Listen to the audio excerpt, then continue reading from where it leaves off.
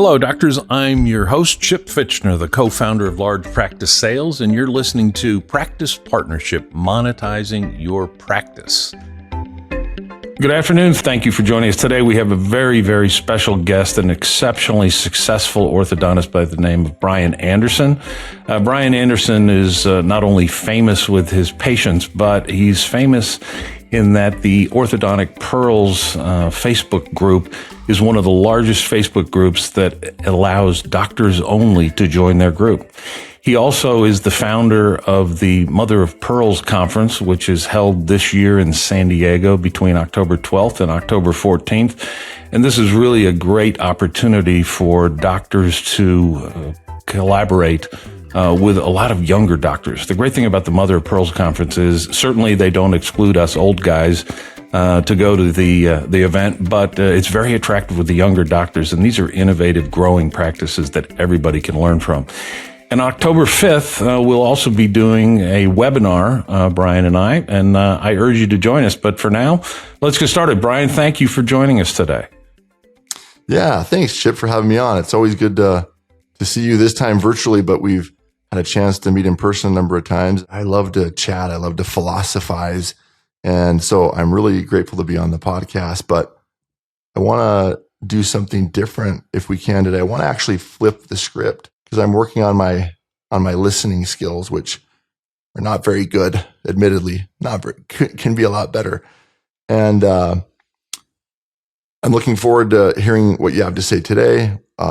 I read an article recently that you had written called The Dental Trifecta Revisited, so I want to touch on that. And then just, again, going back to the Mother of Pearls, thanks so much for your support there and your kind words there. It is an amazing conference, and I feel like it's such a great opportunity to rub shoulders and to learn. And I'm looking forward to your presentation on October 13th. I've learned a ton about DSOs from you, from the literature that you put out, from your previous presentations at the MOPC. So really looking forward to that. So again, thanks for your support. Thanks for being a part of that.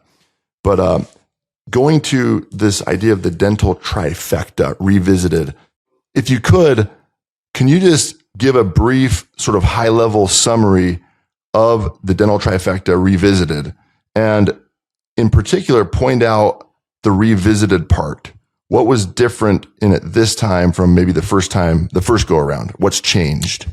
Sure, absolutely. So, the dental trifecta is not really a new concept. We just executed it for the first time on a large scale.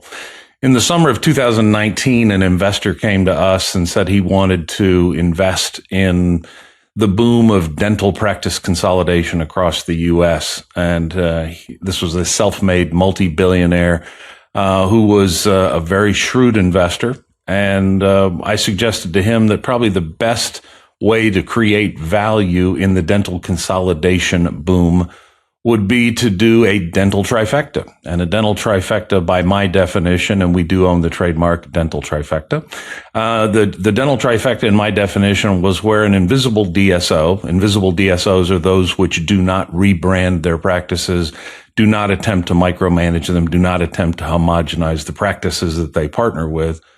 But a dental trifecta is where an invisible DSO would partner only with pediatric, orthodontic, and oral surgery practices in the same community. And the theory was, and the theory proved to be correct, that once a practice was a part of a group or part of the same group, that they would refer to other doctors within the group. And thus, if you were able to partner with multiple practices in the same city or community, you would drive up internal organic revenue growth, because as you added practices to that group, they would start referring within the family rather than to refer to practices that were not in the family. So we started executing that strategy in that we partnered the billionaire investor with the largest orthodontic practices in Montana and Wyoming. That functionally became the initial platform for the dental trifecta. And that group went on to acquire 110 practices from us and another 100 practices without us. I don't know how they did it. But by the time September of 2022 rolled around, 35 months after their initial platform practice acquisition, They had 211 offices, and they were generating over $100 million in EBITDA collectively. But what was most important was that my theory that you would have internal organic growth due to changes in the referral patterns, that's what gave that group the highest value that has ever been achieved by any DSO or invisible DSO at a recapitalization.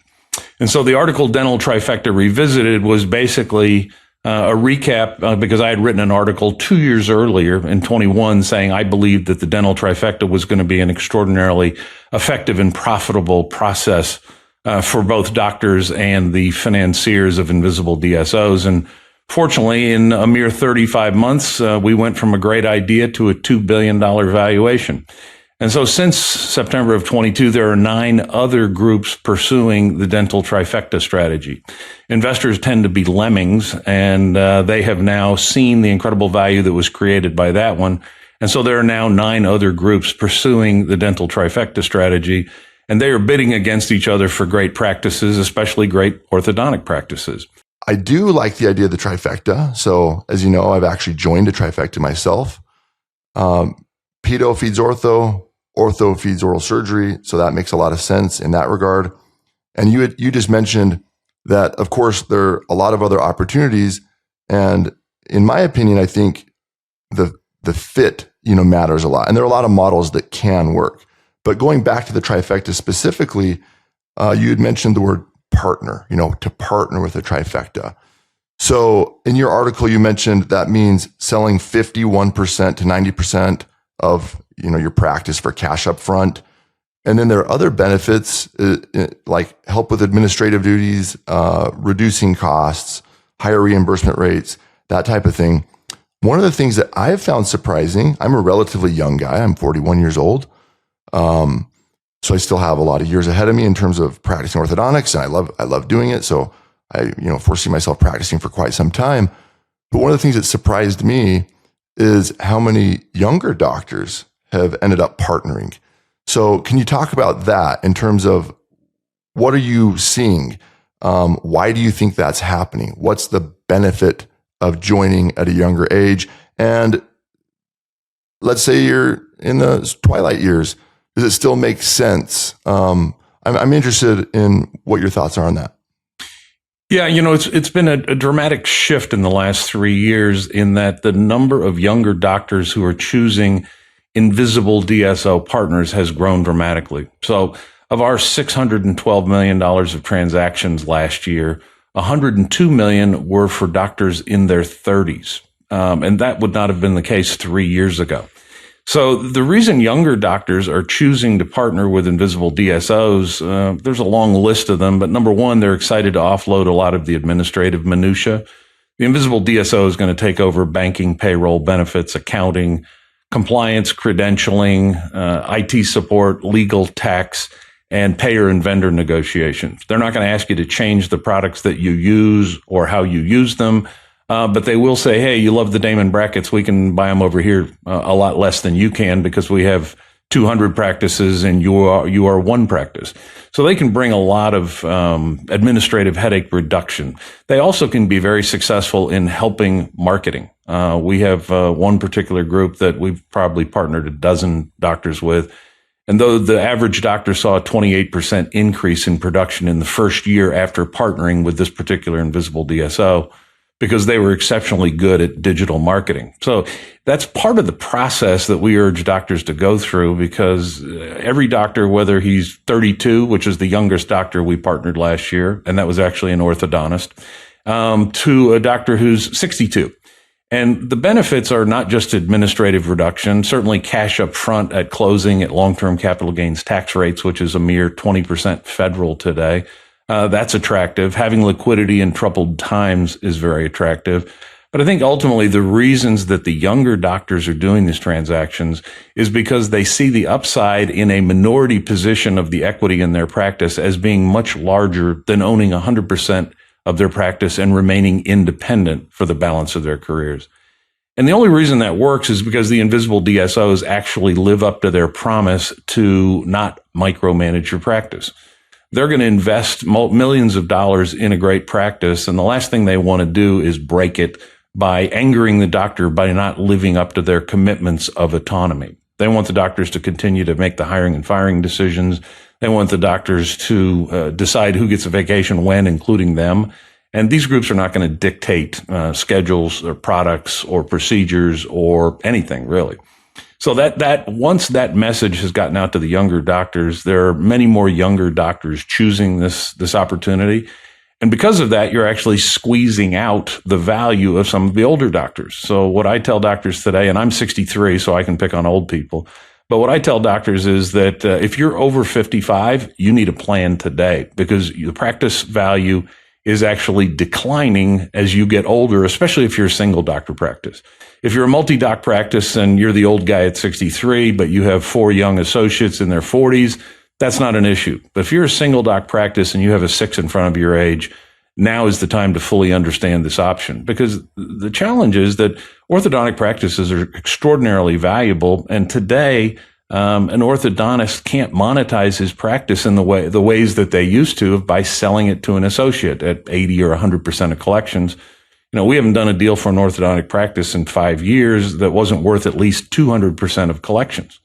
So the exit strategy for a doctor who has a larger practice really is an invisible DSO partnership is the only way they're going to maximize their value, both short and long term.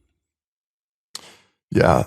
One of the things I think is interesting about what's happening is with how DSOs have come onto the scene, and that's changed the landscape of which practices are available, right? I feel like it's very difficult to consider selling to an individual doctor when you can join a DSO or an IDSO and get more, cash up front and things like that. So, what are you noticing in that regard? Do you think this is going to continue for the next several years, or what do you see happening there? It's interesting. The ADA put out a report about 90 days ago talking about dental consolidation.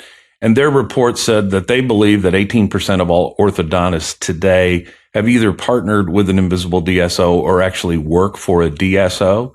And that is higher than pediatric, for instance, at 11% or GPs at 13%. So they believe ortho is the most consolidated of all of the dental practice types. The old doctor to doctor transition model where a doctor is getting into his late 50s, he hires an associate. The idea is that the associate will ultimately buy the doctor out and the doctor retires, which is the old model. And that still exists. The challenge is that if you go back 10 years ago, 15% of all the dental school graduates or ortho school graduates went to work for a DSO or an invisible DSO. Last year, the estimates are that over 30% of all the graduates went to work for a DSO or invisible DSO. So you have, in essence, reduced the buyer pool for the old traditional associate buy-in model. So it's changing rapidly. And whether this is driven by COVID or not, I don't know. But, consolidation is accelerating. And part of what's driving that is the amount of new capital that has been invested in the invisible DSOs. And there's over $5 billion invested in the invisible DSOs, not the DSOs, the invisible DSOs, just in the last 4 months of 2022. And what's interesting is where that $5 billion came from. It came from groups that were new to dental consolidation, and it came from some very sophisticated investors, including the third largest sovereign wealth fund in the world. They dipped their toe in the water by investing $1 billion in an invisible DSO. BlackRock, the world's largest money manager with almost $10 trillion under management, dipped their toe in with a little $2 billion investment. So the amount of capital that's flowing into dental consolidation has, in essence, kept the values up, and it's kept the number of bidders up. I mean, we're seeing more bidders today for practices than we've ever seen, part of it driven by this new capital. So values are up, and the number of choices for the doctors are up. A great orthodontic practice in our process is going to typically have 8 to 10 qualified bidders to choose from. So the consolidation is continuing. The younger doctors who may be interested in buying you out have less capacity to do so, and there are a few of them that are interested in doing that. Yeah, and I think it's really important to mention, you talked about 8 to 10 bidders. I've worked with you. In fact, you guys set me up with the group that I joined, especially Dental Brands. And I think it's really, really important to work with somebody that is well connected in the industry and has more exposure in terms of whom they can negotiate with and which groups they can bring to the table, I think that's incredibly valuable. So going back to this trifecta though, because you talked about 18% from what I remember of orthodontists have joined a DSO or an IDSO. So obviously in orthodontics, we're often treating younger patients, of course, in pediatric dentistry is all young patients, and oral surgery often is young patients because they're extracting wisdom teeth. So in your article, the Dental Trifecta Revisited, you mentioned how with this trifecta model, focusing on children's care and the care of younger people could be more resilient during turbulent times when the economy's down.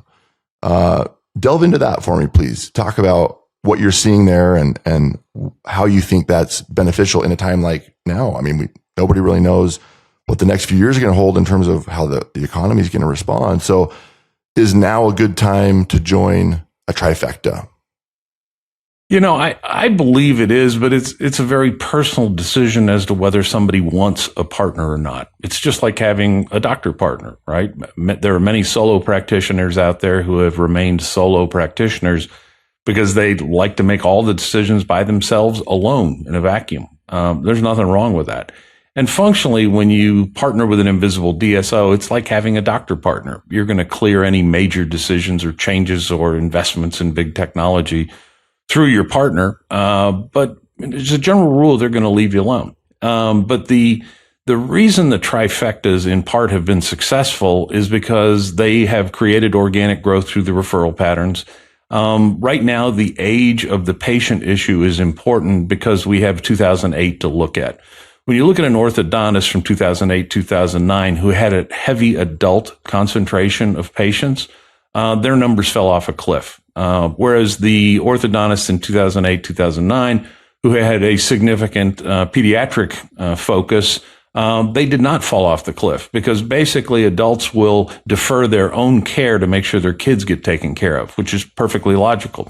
So today, when I get calls from orthodontists who have a significant adult concentration, I'm very upfront with them and say, you may want to work on adding more pediatric orthodontic cases to your portfolio because your heavy adult concentration is going to hurt you from a number of bidders and from a value standpoint. Part of the reason that the dental trifectas have been successful is when you compare them to an orthodontic only invisible DSO, they have 3 times as many partner targets. They can partner with pediatric practices, they can partner with ortho practices and oral surgery practices. So they can functionally grow 3 times as fast through partnerships. And the other thing is it diversifies their risk. Ortho last year, depending on the pundits you listen to, saw an 8% decline in case starts that was somewhat offset by the fact that 70% of orthodontists raised their case fees last year. So overall revenue declines were not as significant. But when you look at the pediatric business from last year, pediatrics actually increased, and oral surgery also increased. So a trifecta, in essence, diversifies the opportunities for the invisible DSO, and it diversifies the risk for the doctors. I mean, you hit the nail on the head. It's true that in fact, one of the things that I think is the most beautiful that I see on a daily basis is parents putting their kids first. And I often have to remind, these teenage patients who kind of come in there and they're surly and they're not happy about being there. I kind of have to remind them. I say, hey, listen, I just want to point out what your mom and dad are doing for you. I mean, they could be spending this money on a vacation. They could be spending this money on a new wardrobe. They could be spending this money on new tires for their car. I mean, whatever it is. And they're choosing to invest in you. So I think that's one of the, beautiful things that we get to see as orthodontists. And it totally makes sense how having a practice that's maybe geared towards or with a specific focus of having younger patients would be more successful when the economy kind of slips a little bit. Brian, I would love to carve that into a granite stone and send it to every orthodontist in the country because every parent deserves the doctor because doctors are respected gods in this business. And despite surly patients, you have an incredible amount of respect with your patients because of who you are and what you do and how you change lives by changing smiles. But every orthodontist in this country should be giving their patients what you just said. Okay, so turning the page to DSOs and IDSOs, in my own experience, the prospect of money up front was enticing for sure. I think that's obviously why so many people have joined or are considering joining, why things are changing relatively rapidly. I'm surprised to hear that almost 1 in 5 orthodontists are part of a DSO or IDSO. I didn't know that. And I think, that's why young doctors are joining, or again, one of the reasons why young doctors are joining. I think it gives a younger person a better opportunity to build wealth because you can then invest that cash up front. Cash up front has tremendous value. You can put it to work. But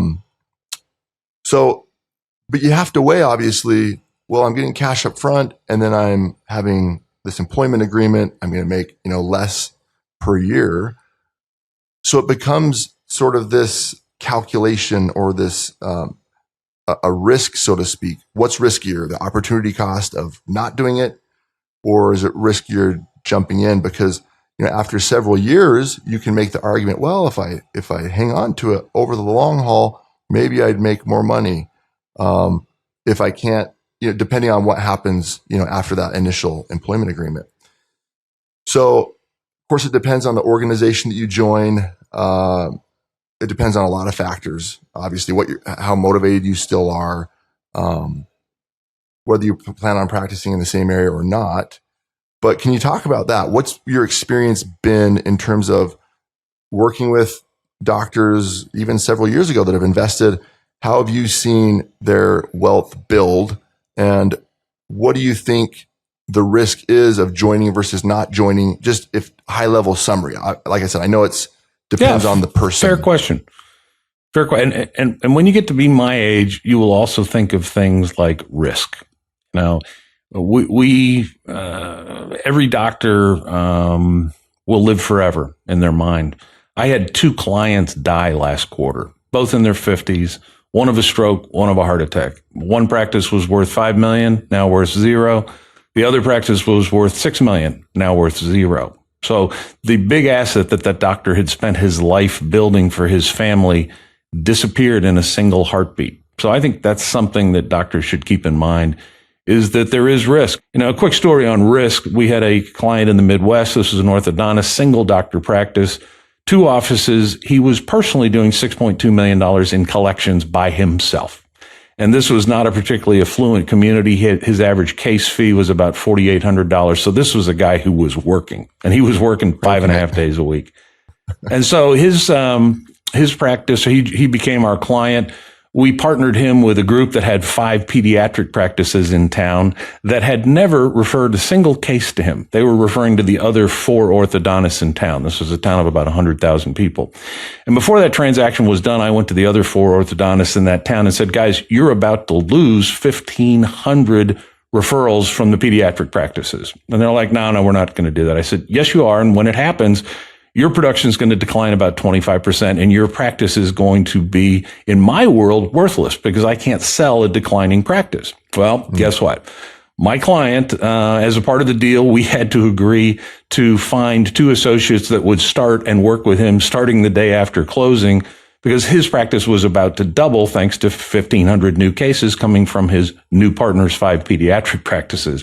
And that's exactly what happened. His practice doubled. The other 4 orthodontists in town saw a 25 to 30% drop. So the other thing you've got to consider is, while everything is rosy today, this world is changing fast. Your referral sources can change. And the other thing that's interesting that's happening is we're getting what I call the discount orthodontists. We'll look in North Florida, for instance, we'll call it the Tampa area. There are new practices, there are ortho practices that are popping up there that are offering full cases for $39.95, and they're going to finance it with no money down. And I've seen some of those practices go from startups to over $4 million in production in 12 months. Well, now their theory is that they are expanding the market by lowering the cost of orthodontics for, we'll call it a lower tier consumer. But the reality is those cases are coming from some of the local orthodontists who are the $5,500 guys as well. So that's another growing potential risk that doctors need to understand is that the dynamics of your fee schedules can change due to competition. So if you just had to guess a percentage, because obviously there are a bunch of these DSOs and IDSOs popping up all the time. And some of them are going to start next week. Some of them started last week. Some have been around for a few years. Some of them probably have one practice right now. Some of them have 300. What percentage do you think will fail in the next 10 years? That's an interesting question because, the invisible DSOs have been around for 35 years.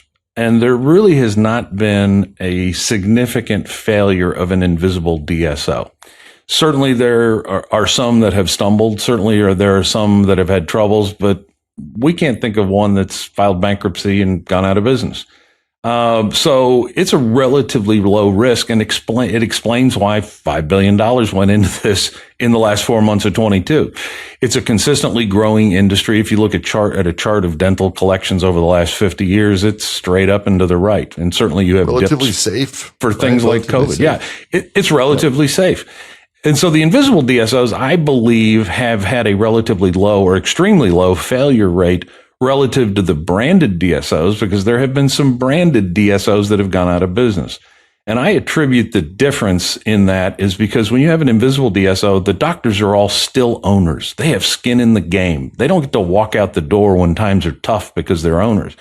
So if you look at some of the branded DSOs that collapsed during COVID, it was because they had employee doctors who had the opportunities to go elsewhere when times got tough because they didn't have any skin in the game. They weren't owners. So my belief is that the invisible DSOs, and certainly over 35 years that's proven to be true, is when you have an owner doctor managing that practice, when times get tough, he digs in and makes it work.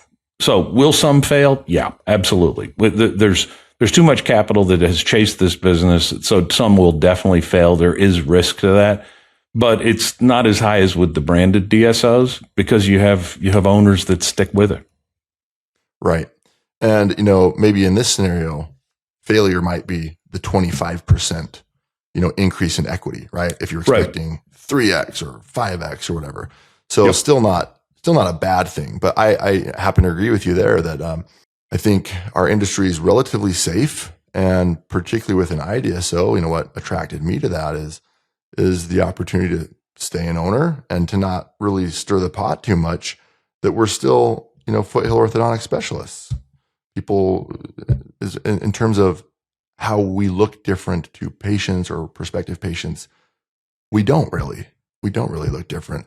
If anything, it's been nice to have some additional administrative help, like you had mentioned and you had talked about, and the transition in my particular experience has been relatively smooth. I mean, there are always bumps and hiccups and integration issues, but overall it's been really nice to kind of take some of the pressure off, honestly, in terms of wearing all these hats as a practice owner. It does reduce your hats. Delegate.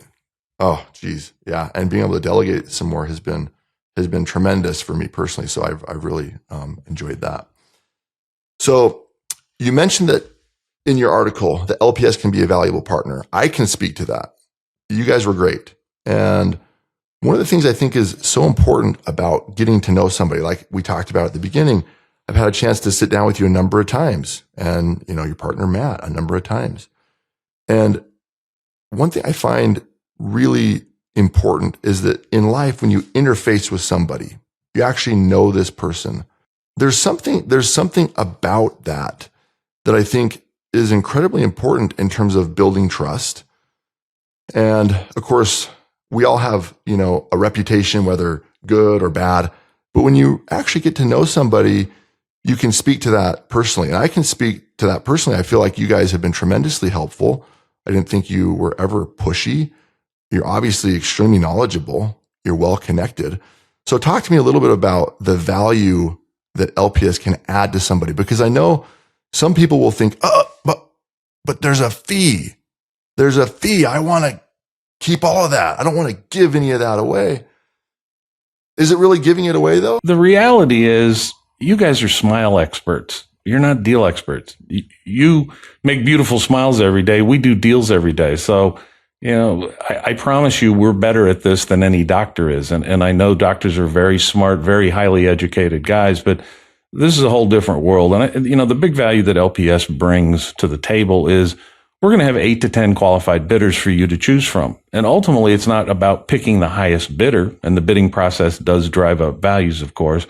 But really, the best value that we bring to our doctors is knowledge of those bidders and helping the doctor choose the partner that's the right fit for them. So we've never had doctors ultimately, after we completed the process, complain about our fee. We earned our fee. The values that we create because of the bidding process more than offset our fees, such that functionally what we do is free for the doctor. But ultimately, we make sure that our doctors talk to other doctors who have partnered with the group or groups that they're considering. And so when they get into one of these transactions, they know what to expect. They're not disappointed. They're not surprised. They're not shocked. They're not getting something different than what they thought what they were getting. So those are some of the long-term values. But ultimately, doctors never complain about our fee. Yes, it's a big number. But because we don't get paid by the buyers, the net fee that we charge to our clients is far less than everybody else.